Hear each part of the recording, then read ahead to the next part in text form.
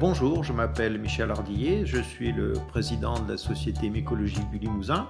Et cet après-midi, en compagnie de mon ami Alain Brissard, nous sommes allés prospecter un petit peu les bois au lac de Saint-Pardoux. Nous avons trouvé pas mal d'espèces de champignons, je pense qu'on en a plus d'une cinquantaine. On va simplement vous donner quelques conseils pour bien ramasser les champignons.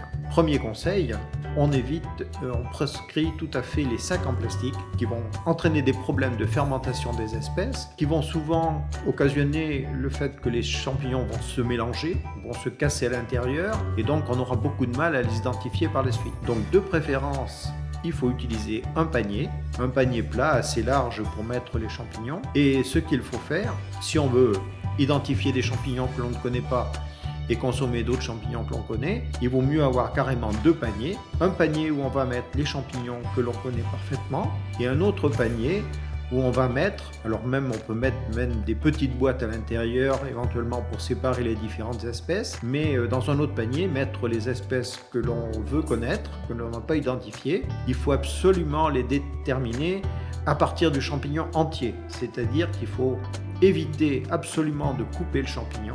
Il y a des éléments qui sont souvent importants et indispensables à la base du pied, donc il faut avec soin déterrer le champignon pour avoir l'ensemble de ses caractères. Alors, par la suite, les champignons que l'on a déterrés et que l'on a mis de côté pour les identifier, alors après, il faut bien sûr s'adresser à des personnes compétentes, demander à des sociétés mycologiques, demander à des personnes qui s'y connaissent très bien en mycologie, demander à des pharmaciens qui ont fait des études de mycologie, d'identifier les espèces que l'on a trouvées.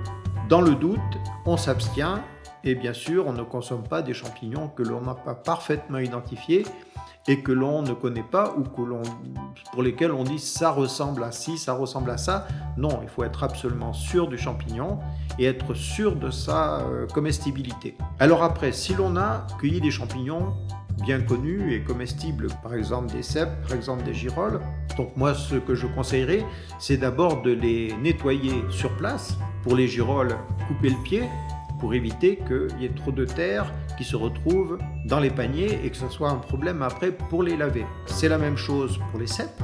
Il vaut mieux nettoyer le pied des cèpes et donc après ça sera beaucoup plus facile à la maison pour pouvoir finir de les nettoyer et ensuite les préparer. Autre chose qui est très important, c'est que quand on consomme des champignons, il faut absolument les manger bien cuits. Il y a très peu d'espèces que l'on peut manger cru. La seule espèce, à la rigueur, que je conseillerais de manger cru, c'est le champignon de Paris que l'on trouve dans le commerce. Toutes les autres espèces, moi je pense quand même qu'il vaut mieux les consommer bien cuites. Pourquoi il faut les consommer bien cuites?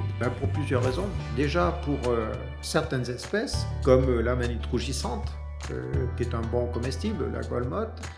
Pour d'autres, des bolets, comme le bolet à pied rouge. Le bolet à pied rouge, c'est un bolet bleuissant qui est très peu ramassé en Limousin, de plus en plus, parce que les gens commencent à le connaître. Le bolet bleuissant, c'est un champignon qui est un très bon comestible, mais qui, comme l'amanite rougissante, est toxique cru. Et ils contiennent les mêmes principes actifs, des hémolysines, donc des molécules qui vont détruire les globules rouges. Et pour que le champignon soit comestible, il faut absolument le faire cuire. Une cuisson normale d'un champignon, parce qu'un champignon, il faut quand même que ça soit bien cuit. Déjà, à partir de 60 degrés, les toxines sont crues. Un conseil aussi que je donnerais, il faut éviter de ne pas faire assez cuire les champignons. Un autre petit conseil aussi, il faut manger des champignons qui sont bien frais. Il faut éviter tous les champignons qui sont déjà plus ou moins abîmés, qui peuvent être déjà contaminés par d'autres champignons parasites, d'autres champignons qui vont entraîner une pourriture des spécimens que l'on a ramassés. Et il faut les conserver au frais, si on ne les consomme pas tout de suite, et surtout les consommer dans les 24 à 48 heures grand maximum pour éviter justement une défermentation et que ces champignons commencent à pourrir et entraînent des intoxications. Alors autre chose aussi, c'est qu'il faut voir les champignons non pas comme un aliment mais plutôt comme un condiment, comme un accompagnement d'autres plats. Donc si on consomme des champignons, on en mange en petite quantité, bon, je redis encore toujours bien cuit. Tous les ans, il y a des cas d'intoxication avec des champignons comestibles connus comme des cèpes par exemple. Ces cas d'intoxication, en fait, c'est des cas dus à des consommations excessives de champignons en trop grosse quantité et trop fréquemment. Les champignons ont une composition qui se rapproche plus du monde animal que du monde végétal. Ces champignons sont riches en chitine. La chitine, c'est ce que l'on trouve dans la carapace des crustacés, et donc c'est quand même relativement difficile à digérer.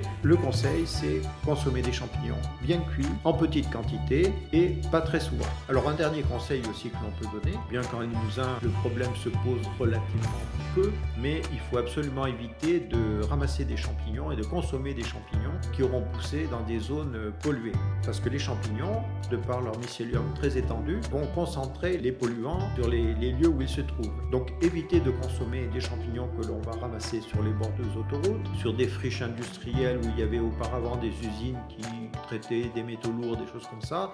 Tous ces polluants vont se retrouver concentrés dans le champignon et peuvent entraîner des intoxications. Donc il vaut mieux privilégier les champignons que l'on trouve finalement dans les bois, dans les prés. Voilà donc quelques conseils pour bien consommer les champignons et surtout ne pas risquer de s'intoxiquer. À bientôt, merci.